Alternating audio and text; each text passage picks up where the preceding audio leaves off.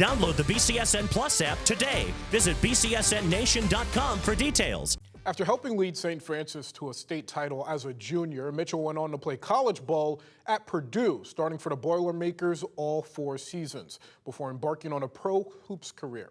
That's where Todd and Mark continued their conversation. Basketball did become your job. You spent a year in the NBA and then a lengthy career overseas. What do you look back on your pro career as the highlights? I think the highlights, even though my pro career didn't last as long as I would have liked for it to, I think it was an accomplishment even to say that you were one of the, 5,000, 5,500 individuals on the planet to put on one of those jerseys and have that NBA patch on your chest. I think that was a huge accomplishment for me in that regard. However, going overseas, I got an opportunity to expand my game, become probably the best player that I could be, and I had an opportunity to see the world. I lived in some fantastic places. I lived in Florence, Italy. I lived in Athens, Greece. I lived in Paris.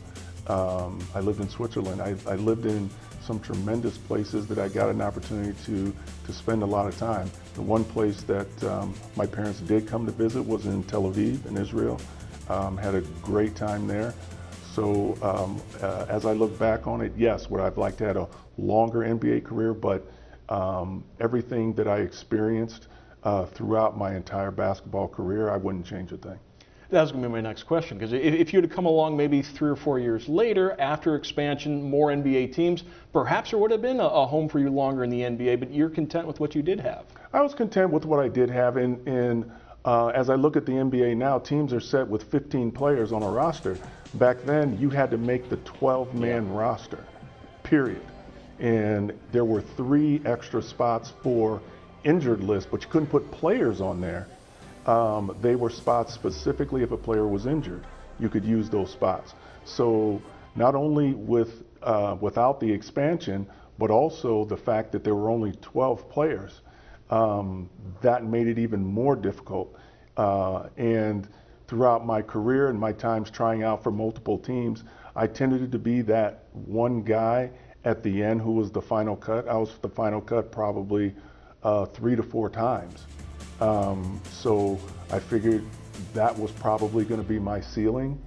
And so I made a decision that I'm just going to continue having the success that I had on the European side. As all athletes realize, playing days come to an end. You've had a successful life, a successful career post-playing days. Tell us a little bit about that. For me, I felt like I wanted to do something that was completely separate from the sport.